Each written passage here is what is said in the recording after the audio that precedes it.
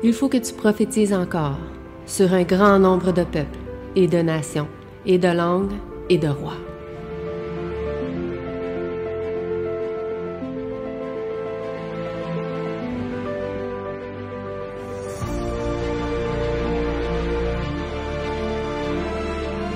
On puisse avoir une bonne révision de la leçon qu'on a étudiée au cours de la semaine. Prions le Seigneur juste avant de commencer avec la révision. Nous prions, fermons les yeux. Nous bénissons ton saint et grand nom, notre Père, notre Dieu, pour ce privilège que tu nous donnes d'être tes enfants. C'est un don. Il y a beaucoup qui sont appelés, mais ils ne sont pas répondus à l'appel. Ils n'ont pas reçu le don de la grâce. Mais nous autres, tu nous as fait grâce d'être enfants de Dieu. Nés non pas selon la chair, mais selon l'esprit. Merci Seigneur. Nous sommes contents d'être enfants de Dieu. Nous appartenons à une grande famille. Et Dieu est notre Père au même titre que Jésus-Christ. Nous louons ton nom, Seigneur. Gloire à Dieu. Béni soit l'Éternel. Alors, Père, aujourd'hui, permets que nous vivons cette leçon. Nous voulons vivre cette leçon. Et nous voulons agir en tant que tels, en tant que des fils et des filles de Dieu. Remplis-nous de ton Saint-Esprit aujourd'hui. Honore-nous, Seigneur, par ta présence maintenant. Que tous ceux et celles qui nous écoutent à travers l'Internet puissent être édifiés et transformés à salut. C'est la raison pour laquelle tu as donné ton esprit, c'est pour nous transformer. Nous voulons être transformés, Seigneur, à ton image et à ta ressemblance. C'est dans le nom de Jésus, ton Fils bien-aimé, nous te prions. Amen. Oui, je dis que je vais être facilitateur, mais tout le monde va participer. On nous a fait une remarque au début de la leçon où on nous a donné un conseil que je vais vous partager avec vous. N'essaie pas d'étudier cette leçon de manière théologique, de poser la question, de répondre ou bien à des questions. Qui est le Saint-Esprit? Nous savons déjà qui est le Saint-Esprit. C'est ce qu'on nous a dit. Au lieu de chercher à définir le Saint-Esprit, dans la première partie de la leçon, on nous a dit, n'essaie pas de définir le Saint-Esprit, mais essayez de le recevoir. Nous avons besoin de recevoir le Saint-Esprit dans notre vie, mais ce n'est pas chercher à savoir qui est le Saint-Esprit. Dans toute notre vie, toute ma vie dans l'Église adventiste, c'est ce qu'on a fait. On a parlé du Saint-Esprit, mais on n'a pas montré aux gens à le recevoir. Parce que la personne, les problèmes avec le Saint-Esprit, c'est qu'on a un petit peu crainte, on ne le connaît pas, la façon dont il agit. On ne veut pas être pris avec quelqu'un qui change l'ordre des choses établies dans l'Église. Et c'est ce que le Saint-Esprit fait. Il renverse certains ordres établis par les humains. Parfois, les hommes ne savent pas qu'est-ce qui va toujours se passer. Le Saint-Esprit peut changer le message, il peut décider. Paul devait aller quelque part pour aller prêcher, le Saint-Esprit l'a empêché, il dit non. Tandis que l'autre jour, Dieu avait un plan, un Macédonien a dit à Paul, en rêve, passe en Macédoine, secours-nous. Dieu voulait pas que Paul allait dans cette direction parce qu'il voulait envoyer Paul à Macédoine. Le Saint-Esprit peut empêcher à l'Église de faire telle chose ou de prendre telle direction. Plusieurs fois, C'est ce que le Saint-Esprit fait. Si les gens veulent diriger leurs affaires comme bon leur semble, ils n'ont pas besoin d'être empêchés. Alors, aujourd'hui, on va essayer de recevoir, de voir l'importance du Saint-Esprit. Qu'est-ce qu'il fait en nous? Essayer de le recevoir, mais c'est pas poser la question qui est le Saint-Esprit, pourquoi le Saint-Esprit. Ça, c'est les affaires théologiques et philosophiques. On va faire la pratique aujourd'hui. C'est ce qu'on nous a dit dans la leçon. Donc, l'Esprit appartient au Fils de Dieu. La première question, de qui s'agit-il, le Fils de Dieu? L'Esprit appartient au Fils de Dieu. Au Fils de Dieu, s'agit-il de Jésus ou de l'Église? Essayez de répondre à cette première question, sinon je vais essayer de répondre. L'Esprit appartient au Fils de Dieu. C'est qui sont ou bien qui est le Fils de Dieu? Est-ce qu'il s'agit de Jésus ici ou bien de Sarah, d'Aravna, de Claude, de Marie-Hélène, de moi? C'est à qui? Vous avez la parole. Fils de Dieu, on est tous appelés à être fils de Dieu. Puis même dans un passage dans la Bible, ça dit voyez de quel amour le Père nous a appelés. Et il nous a appelés pour être ses siens, pour être sa propriété et qu'on puisse être ses enfants. Et c'est ça aussi la beauté dans tout ça. Je sais pas s'il y en a. La question, c'est quoi? Oui. La question? L'Esprit appartient au Fils de Dieu. Mais la question, c'est qui est le Fils de Dieu? S'agit-il, la leçon parle-t-il de Jésus ou bien de nous qui avons reçu le Saint-Esprit pour que nous devenions fils de Dieu? Les fils de Dieu ont reçu le Saint-Esprit, tous les fils de Dieu. D'ailleurs, c'est l'Esprit qui fait de nous fils de Dieu. Il n'y a personne au monde qui est le Fils de Dieu sans avoir reçu le Saint-Esprit. C'est ça que Paul nous a dit en Galates. Il dit, Dieu a envoyé, parce que vous êtes fils, Dieu a envoyé en vous l'Esprit de son Fils, parce que vous êtes fils. Donc, le Fils dont il est question, c'est pas Jésus. Jésus a reçu l'Esprit Saint aussi. Il est fils de Dieu, il est né de l'Esprit.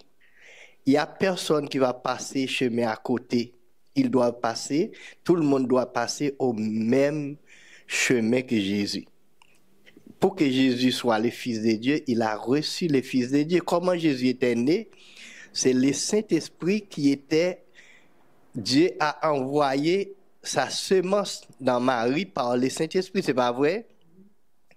Le Saint-Esprit a fécondé l'ovule de Marie et Jésus a pris naissance. Il est né de l'Esprit. Et ça, c'est ce que la Bible nous dit. Jésus est né de l'Esprit. Il est né de l'Esprit. C'est pas un homme qui a donné naissance à Jésus, mais c'est le Saint-Esprit que Dieu a envoyé qui lui a donné naissance. Donc, Jésus est né d'Esprit. Donc, tout homme doit être né d'Esprit. Comment ça peut se faire? Quelqu'un peut-il expliquer? Parce que Dieu n'a pas envoyé une semence dans le ventre de notre mère pour que nous soyons nés de l'Esprit. Comment cela peut-il se faire? Qui veut répondre? Sarah veut répondre.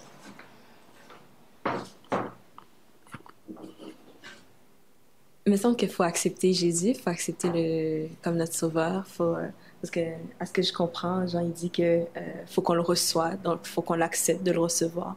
Donc il ne peut pas juste venir, il faut vraiment qu'on soit, OK, je vais m'engager avec le Seigneur pour le recevoir. Oui. Ouais.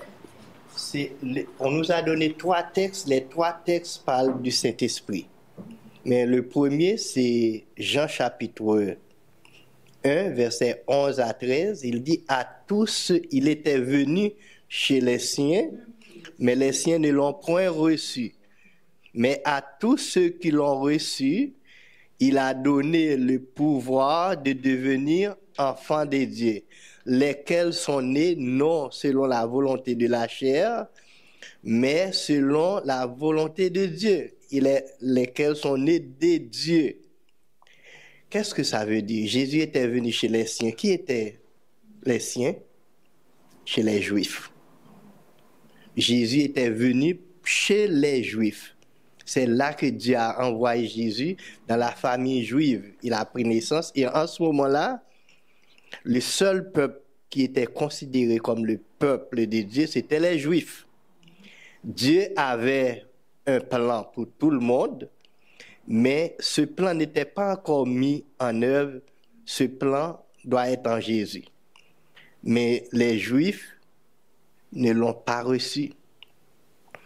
C'est après, je pense, c'était en l'an 34, après la lapidation d'Étienne, que les disciples commencent à prêcher l'évangile aux gentils, à prêcher l'évangile aux autres. C'est en ce moment-là que Jésus s'est tourné vers tout le monde. Les païens étaient convertis quand quand Pierre était allé chez Corneille pour la première fois, Actes chapitre 10. Les païens n'étaient pas acceptés. On pensait que l'évangile c'était pour les Juifs. Mais les Juifs n'ont pas accepté Jésus en sa totalité. Jésus s'est tourné vers tout le monde. Il dit à tous ceux qui l'ont reçu, quel que soit juif, grec, quelle que soit sa nationalité, Jésus a donné les pouvoirs. C'est pas le pouvoir, ça veut dire, c'est pas une sorte de force, mais l'autorité. Dès qu'on accepte Jésus comme son sauveur personnel, et Paul explique ça dans Romains, si tu confesses de ta bouche, tu es capable de confesser de ta bouche que tu crois en Jésus, que tu reçois le Seigneur Jésus. Confesser avec ta bouche que Jésus est le Christ. Il est le Sauveur. Il était mort sur la croix. Si tu crois dans ton cœur que Dieu l'a ressuscité des morts, la Bible dit tu seras sauvé. Il faut faire une confession. Il faut faire la confession publiquement que tu acceptes le Seigneur Jésus, tu crois que Jésus est le Sauveur.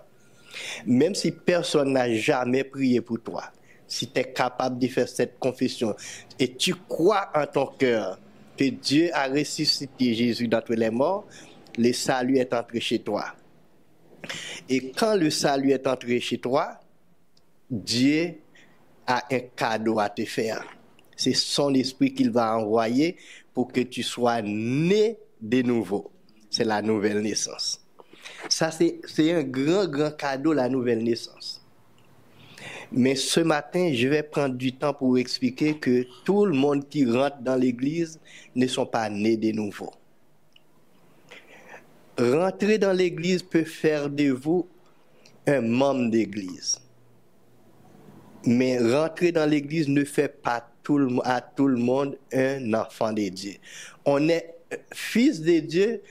Le deuxième passage dit, on reçoit Jésus, il donne le pouvoir, ou bien l'autorité, le vrai mot, de devenir enfant de Dieu. Mais il dit, lesquels sont nés. Ces gens-là sont nés, non de la chair, mais nés de l'esprit. Cela veut dire une nouvelle naissance, une nouvelle créature. Paul explique ça, 2 Corinthiens 5, 17. Si quelqu'un est en Christ, il est les choses anciennes sont passées et voici, toutes choses sont devenues. Si la personne n'est pas transformée, elle n'est pas une nouvelle créature. Cela veut dire elle n'est pas née selon l'esprit. Elle est un membre de l'Église, mais pas né de nouveau, pas encore né de nouveau. Le deuxième passage explique, lorsque le temps a été accompli, Dieu a envoyé son Fils, né d'une femme, née sous la loi. Galates chapitre 4, versets 4 à 6. Pourquoi Dieu a envoyé son Fils, né d'une femme, née sous la loi? Afin qu'il rachetât ceux qui étaient nés sous la loi, par une sorte d'adoption, pour que bon Dieu adopte nous. Tout le monde était perdu. Pour capable une petite bon Dieu, pour que vous deveniez enfant de Dieu, je commence à parler créole, il faut que vous receviez l'adoption. Et quand Dieu vous a adopté, qu'est-ce qu'il vous a donné comme acte de naissance? Son Saint-Esprit. C'est quelque chose d'intéressant. La Bible dit, il vous a donné son esprit parce que vous êtes fils. C'est comme un acte de naissance. Il vous a scellé de son esprit. Donc, quelqu'un qui ne l'a pas reçu, il n'est pas fils de Dieu. Je vais vous poser une question maintenant un peu difficile. Peut-être même moi, j'ai la difficulté à répondre. Peut-être Claude peut répondre à cette question. Il est plus mature que nous. Et quelle différence faites-vous entre enfant de Dieu et fils de Dieu? Et la leçon parle des deux. Et vous êtes capable de parler d'un fils et d'un enfant. Mais un enfant de Dieu et un fils de Dieu. La leçon dit que par la foi, nous devenons enfants de Dieu, mais quand nous recevons l'Esprit Saint, nous devenons fils de Dieu. Explique-moi ça si vous êtes capable. Je vais être très content. Sarah veut répondre.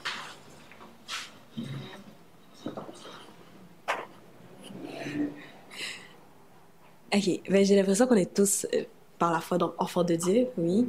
C'est comme si on a tous... comment j'essaie?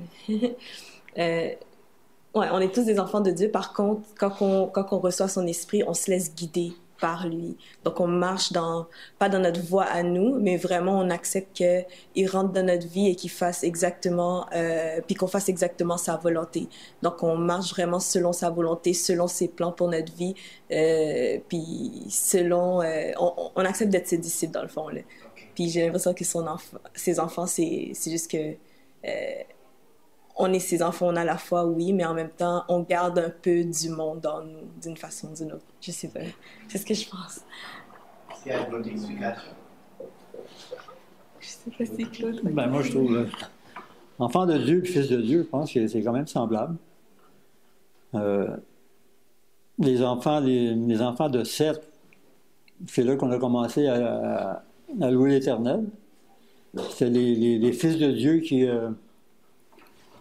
tous ceux qui étaient attachés à l'Esprit de Dieu jusqu'à Noé, finalement.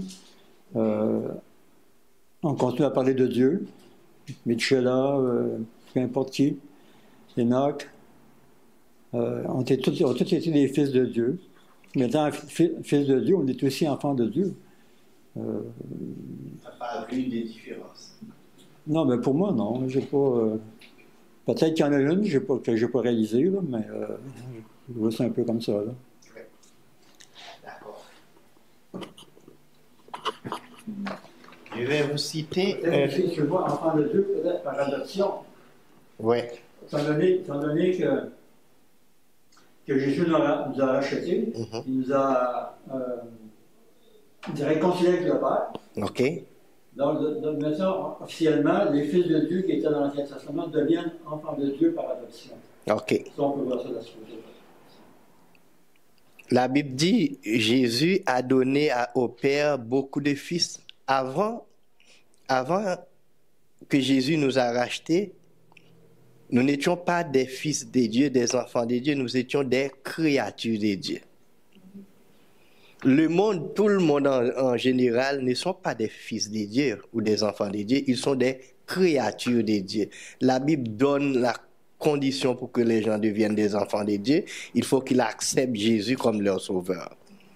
Le monde a été créé par Dieu, le monde avec tout ce qu'il renferme, mais ce ne sont pas des enfants de Dieu. Les gens qui n'acceptent pas Jésus, ils vivent comme bon leur semble. La Bible dit, vous êtes les fils du diable parce que vous faites la volonté de votre Père. C'est ce qu'il dit aux Juifs. Les gens qui étaient à l'église, il dit, vous êtes le fils du diable. Quand il dit Abraham est notre Père, nous ne connaissons pas d'autre Père. Jésus dit non, si vous étiez des enfants d'Abraham, vous faites comme Abraham fut.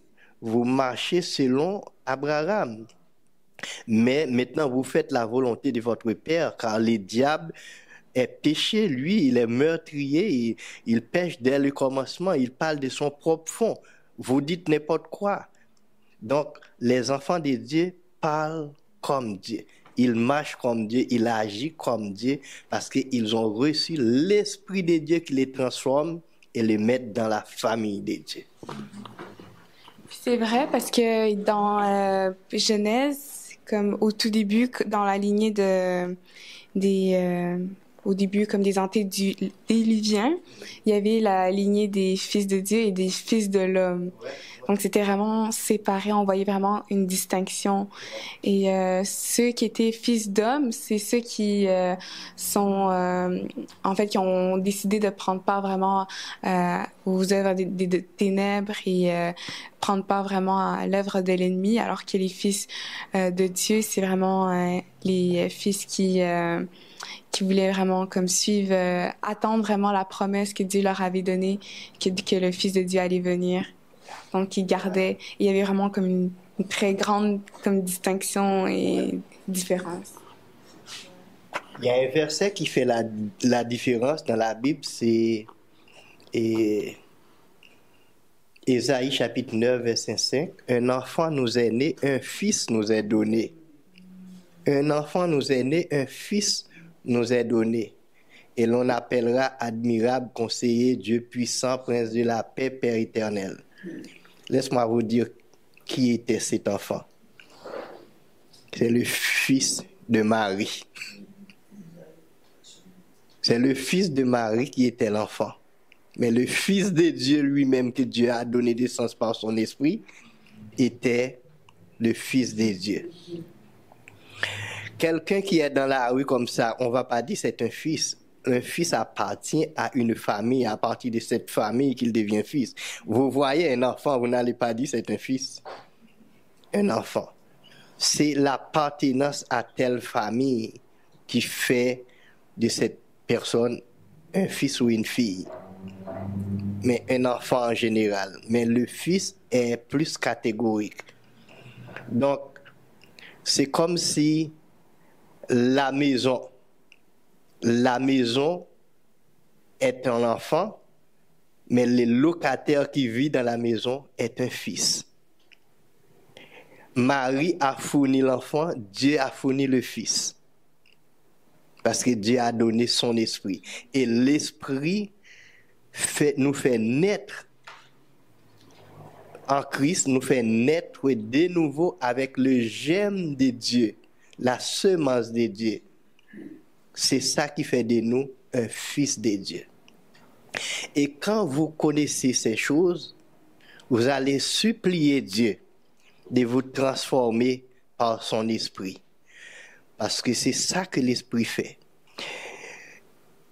Dans 1 Jean 3, verset 4, la Bible dit, celui qui est né de Dieu ne pêche point. Il ne peut pas pécher parce que la semence de Dieu demeure en lui. Ça, c'est à discuter. Qu'est-ce que vous dites? Il est anormal, je vais le dire comme la Bible dit, il est anormal que je continue à pécher quand je suis né de Dieu. C'est normal. C'est anormal. Est-ce que vous voyez un jour, si vous avez des animaux domestiques, que votre chat est en train de japper? Avez-vous jamais vu ça? Pourquoi c'est pas sa nature? Le chat reste un chat. Même s'il vit avec plusieurs chiens dans la maison, le chat ne va pas se trouver un jour en train d'aboyer, de japper comme les chiens. Parce que c'est pas sa nature. Est-ce que le chien qui vit avec beaucoup de chats un jour est en train de miauler, de faire miaou, miaou, miaou? Le chien ne fait pas ça parce que c'est pas sa nature. Moi, mon ancienne nature, c'était l'homme charnel, l'homme brut. La Bible dit l'homme animal. Mais l'ancien homme, quand on est né de Dieu, on est né d'esprit, il a disparu Comment il a disparu? La Bible dit, Paul l'a dit, comment ça se fait? Il dit, j'ai été crucifié avec le Christ. Ma vieille nature a été crucifiée lorsque j'ai accepté le Christ. Le Père Céleste m'a amené à la croix où Jésus était crucifié. Il a crucifié ma vieille nature. C'est fini. Il est mort. On l'enterre. C'est fini. Il n'est pas possible que je continue à vivre avec l'ancienne nature, à vivre comme si rien ne s'était passé. Si j'accepte le Christ, je viens dans l'église et puis ça reste de la même façon,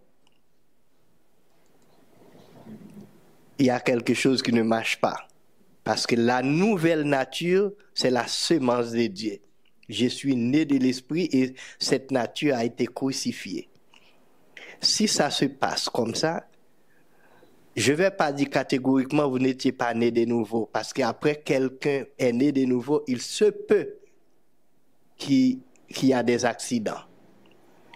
Mais c'est que la personne ne croit pas assez spirituellement. Il a besoin de la croissance spirituelle. Quand un bébé est né, quand on est de l'esprit, même si j'accepte Jésus à l'âge de 50 ans, je suis un bébé en Christ. Un bébé spirituel. J'ai besoin de la nourriture spirituelle, des mères spirituelles pour ma croissance spirituelle en Jésus, pour que Dieu devienne un homme solide, un homme fort spirituellement.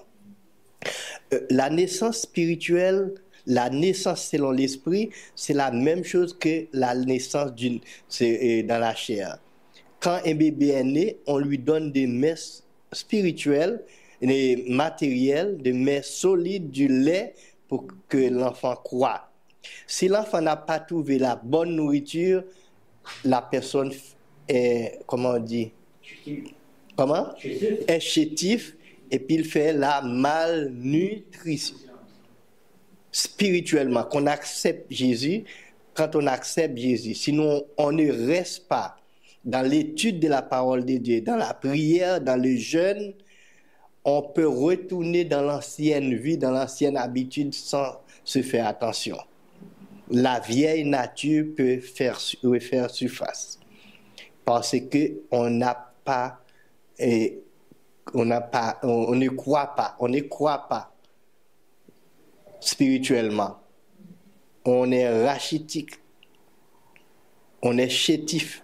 Il faut être nourri. Paul dit quelque part dans Hébreu, il dit, vous qui devriez être des maîtres spirituels, mais maintenant vous avez besoin de prendre encore du lait parce que vous n'êtes pas nourri spirituellement. Des choses que vous devriez savoir depuis longtemps, c'est maintenant que vous avez besoin qu'on vous enseigne ces choses. Parce que vous ne croyez pas spirituellement. Vous restez des bébés spirituels. Ce que je souhaite pour vous autres qui sont ici, c'est que vous croissiez à tous égards dans la grâce de Dieu. Vous passez du temps dans la parole de Dieu pour étudier. Et je vais dire quelque chose plus fort, ça va vous étonner. L'homme n'a pas été créé pour chercher de la farine. L'homme n'a pas été créé pour chercher de la nourriture, pour chercher du travail. L'homme a été créé pour chercher Dieu. La Bible dit chercher premièrement le royaume de Dieu et sa justice, et les autres choses s'ajoutent. Les autres choses s'ajoutent. Vous n'allez pas les chercher.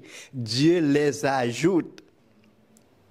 Pourquoi nous sommes malheureux, très souvent, stressés, en train de chercher, toutes sortes de choses? C'est parce qu'on n'a pas cherché la première. On n'a pas donné la priorité à la première chose que nous devrions chercher. Cherchez le royaume des cieux. Priez chaque jour pour que le royaume des cieux vienne. Et engagez-vous dans le royaume des cieux. Demande à Dieu, c'est ce que je demande, Dieu, d'avoir la passion pour les âmes qui sont perdues, pour aller les chercher pour Dieu dans votre famille et ailleurs. Faites du royaume des cieux votre priorité et les autres choses, Dieu les ajoute. Et avec ça, vous allez croître spirituellement. Vous n'allez pas être des bébés spirituels tout votre temps. 15 ans conversion, un bébé. 20 ans conversion, un bébé. Vous devriez croître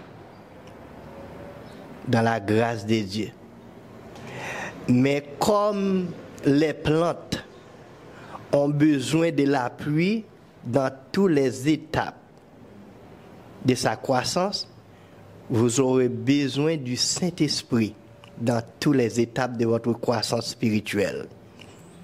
Jésus est né de l'Esprit car c'est le Père qui a envoyé la sémence de l'Esprit, n'est-ce pas? C'est qui a envoyé la sémence? Oui, c'est le Père parce que Jésus n'est pas le fils de Joseph, c'est le Père qui a envoyé la sémence. Mais est-ce que ça a été suffisant pour Jésus pour qu'il ne prie pas parce qu'il était né de l'Esprit?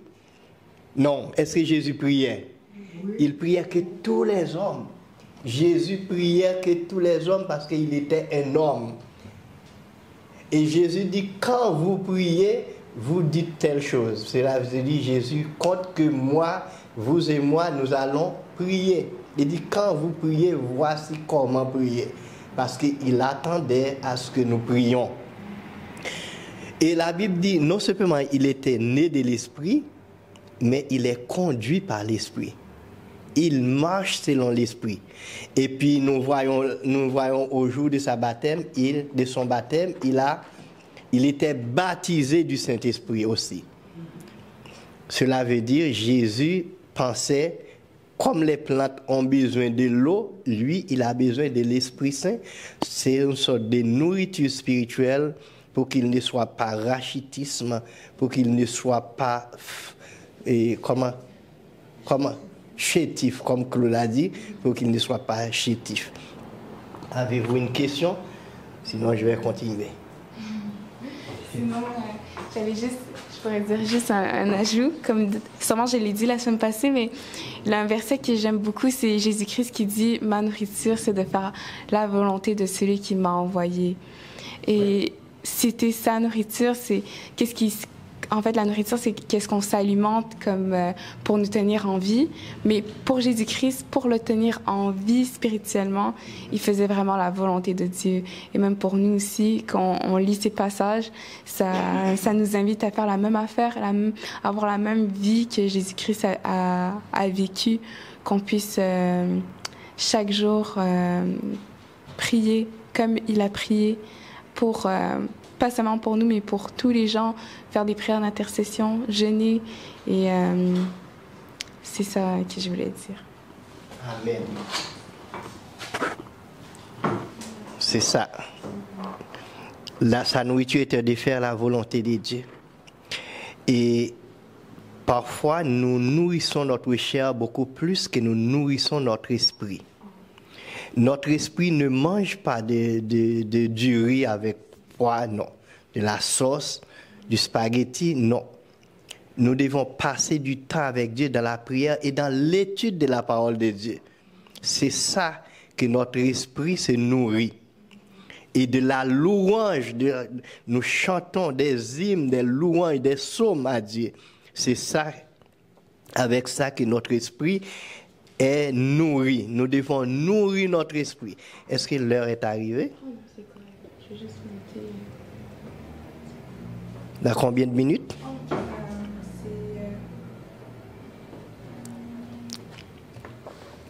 Dans 4 minutes.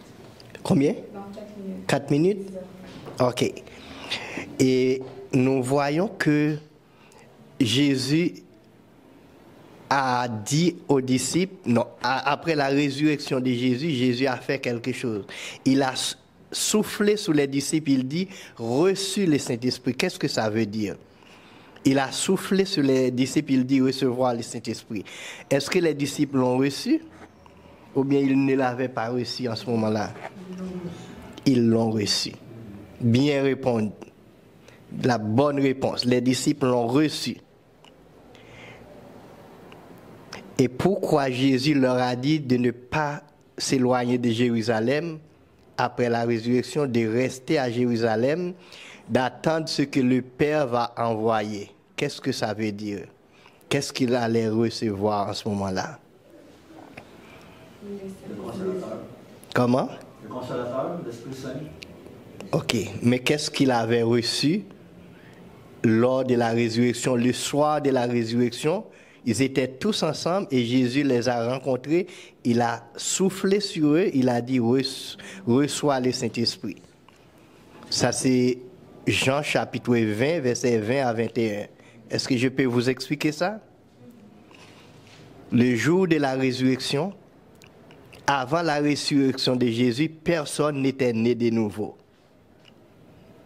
Pour être né de nouveau, il faut recevoir le Saint-Esprit. Jésus dit avant sa mort, il est avec vous, mais il sera en vous. L'Esprit entre en eux, c'est quand Jésus est sur eux pour recevoir le Saint-Esprit. Maintenant, ils reçoivent le Saint-Esprit parce que Jésus leur donne le Saint-Esprit. Le Saint-Esprit donné par Jésus, c'était pour la nouvelle naissance. À la nouvelle naissance, Dieu nous donne son esprit dès que nous avons accepté Jésus, nous avons repenti de nos péchés. Mais le baptême du Saint-Esprit, c'est vous qui allez le chercher. Il faut que vous priez pour chercher le baptême du Saint-Esprit. Laisse-moi expliquer rapidement, peut-être je vais finir là. Le baptême du Saint-Esprit, le Saint-Esprit est déjà en vous dès que vous acceptez Jésus. C'est ça qui fait de vous un enfant de Dieu. Vous êtes un enfant de Dieu, vous êtes fils de Dieu. Vous êtes sauvé, vous êtes fils de Dieu, vous allez au ciel. Mais vous n'avez pas la puissance pour témoigner pour Jésus. Jésus dit, vous recevez maintenant une puissance et vous allez me servir de témoin. Pour témoigner pour Jésus avec efficacité, ça prend un revêtement de puissance. Vous l'avez vu la fois dernière quand j'ai prêché. Jésus avait né de l'Esprit, était né de l'Esprit, excuse-moi, et lors de son baptême, il a reçu le Saint-Esprit, il est rempli du Saint-Esprit. Il était allé prier encore dans le désert pour le revêtement du Saint-Esprit. Et la Bible dit, quand il était retourné, il dit, il est maintenant prêt. Et sa renommée, il commence à affronter les démons. Sa renommée répandait partout parce qu'il fait des miracles, il chasse les démons, il fait toutes sortes de choses. Pour finir, il y a cette petite chose. L'Église adventiste a ce problème. On croit que le Saint-Esprit peut changer l'ordre des choses, ne le fait pas comme nous voulons.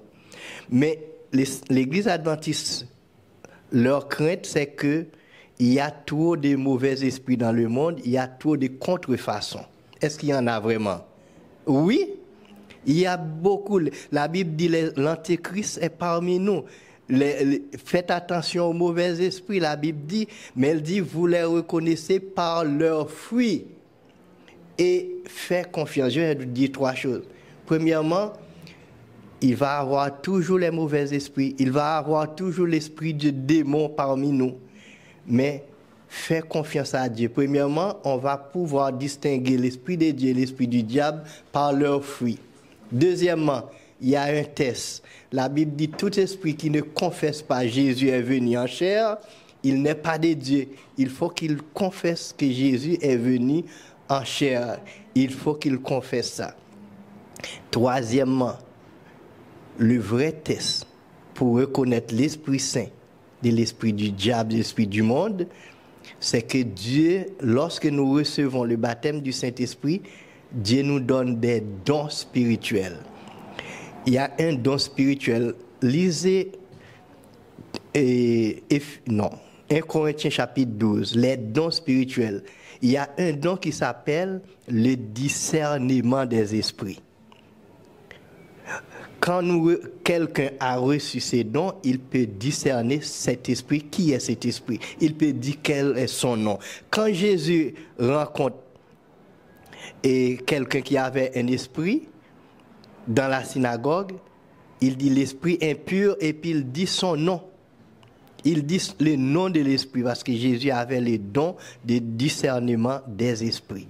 Priez Dieu pour qu'il nous remplisse de l'Esprit, mais pour qu'il nous donne les dons spirituels pour que nous pouvons décerner, nous distinguer l'esprit du monde, l'esprit du malin avec l'esprit de Dieu. Il y a un autre don qui s'appelle la parole de connaissance. La parole de connaissance, Dieu nous donne une connaissance, il nous révèle la vie de quelqu'un. Quand Ananias avait retenu l'argent, comment Pierre savait qu'il n'a pas donné tout l'argent? Dieu lui a donné une parole de connaissance. Dieu lui a révélé immédiatement que ce n'était pas tout l'argent. L'Esprit de Dieu fait ça. Nous avons un guide complet en Christ. Quand Dieu nous donne le Saint-Esprit, il nous donne un guide complet pour notre croissance spirituelle, pour notre salut, pour le reste de notre vie. C'est ce dont l'Église a besoin, les plus importants et les plus urgents de tout. Prie Dieu pour qu'il nous donne son Saint-Esprit en abondance. Depuis aujourd'hui, commence à le faire. Car Dieu est disponible, il nous attend. Nous devons le chercher. Amen. Amen. Comment? Oui. Nous prions. Je m'excuse, je n'ai pas donné la parole à ceux qui sont sur Zoom aujourd'hui. Réservez ceux qui sont sur Zoom aujourd'hui, nous vous prions de réserver vos questions pour la prochaine fois. Je vais prendre du temps pour répondre à vos questions. Olivier, c'est sûr que Olivier a des questions, mais j'aimerais pas non plus le demander de prendre la parole tellement parce que je sais qu'il ne sait pas, qu'il ne se porte pas trop bien. La prochaine fois, ça va être son tour. Alors, je m'excuse. Nous prions le Seigneur. Nous te remercions, notre Père, notre Dieu, pour cette possibilité que tu nous donnes d'étudier cette leçon. L'Esprit appartient aux fils de Dieu. Seigneur, tous ceux et celles qui deviennent tes fils et tes filles, tu leur accordes ton esprit comme leur baptistère spirituel, comme leur acte de naissance spirituelle qui fait savoir qu'ils t'appartiennent. Seigneur, nous te prions d'envoyer ton Saint-Esprit dans ton Église avec abondance à tous les niveaux de la croissance spirituelle de l'Église pour que nous ne soyons pas des enfants flottants, rachitistes, mais qui croient à tous égards jusqu'à la plénitude du Christ. C'est au nom de Jésus que nous te prions ainsi. Amen. Merci d'avoir écouté cette vidéo. Si vous désirez rejoindre l'œuvre au Québec, veuillez nous contacter par email à asjh1889 de Terrebonne @gmail.com et via Facebook à @asjh1889 de Terrebonne. Merci à vous et que Dieu vous bénisse.